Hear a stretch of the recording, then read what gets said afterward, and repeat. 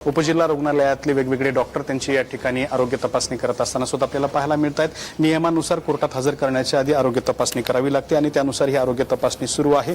ही आरोग्य तपासणी झाल्यानंतर केज पोलीस स्टेशनमध्ये आणि त्यानंतर केज न्यायालयामध्ये त्यांना उपस्थित केलं जाणार आहे। वाल्मिक कराड यांचे वकील सुद्धा न्यायालयामध्ये हजर झालेले आहेत आणि अगदी काही वेळात ही आरोग्य तपासणी झाल्यानंतर पोलीस बंदोबस्तामध्ये वाल्मिक कराड यांना केज न्यायालयामध्ये उपस्थित केलं जाणार आहे। सीआयडीच्या विनंतीनुसार आज केज न्यायालय उशिरापर्यंत उघडं ठेवण्यात आलेलं आहे। त्या ठिकाणी त्यांच्या केसवरती सुनावणी केली जाणार आहे।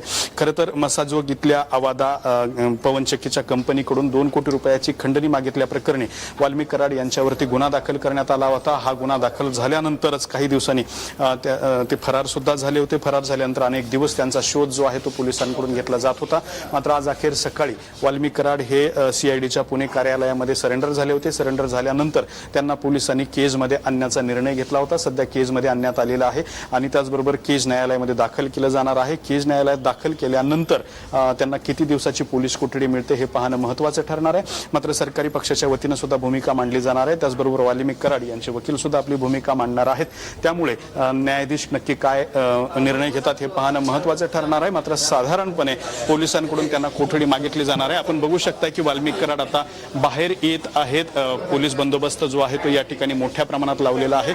त्यांची आरोग्य तपासणी गेल्या 15 ते 20 मिनिटांपासून सुरू होती, ती कदाचित आता पूर्ण झाली असावी आणि वाल्मिक कराड यांना आत्ता रुग्णालयातून बाहेर सुद्धा काढलं जाऊ शकतं आणि थेट जिल्हा न्यायालयामध्ये या ठिकाणी त्यांना हजर केलं जाऊ शकतं।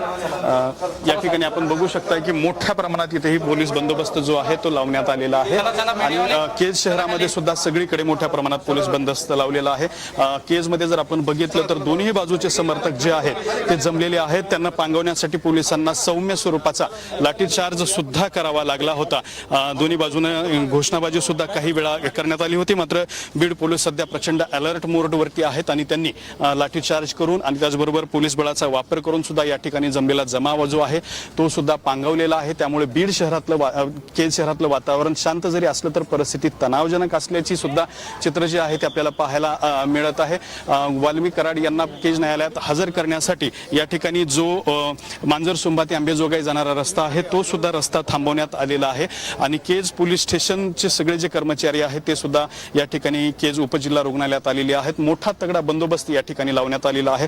साधारण 100 ते 125 पोलिसांचा बंदोबस्त या सगळ्या परिसरात लावण्यात आलेला आहे। संतोष देशमुख हत्या प्रकरणानंतर संपूर्ण महाराष्ट्रामध्ये याचे परिपडसाद जे आहे ते उमटले असल्याचं आपल्याला पाहायला मिळालं होतं।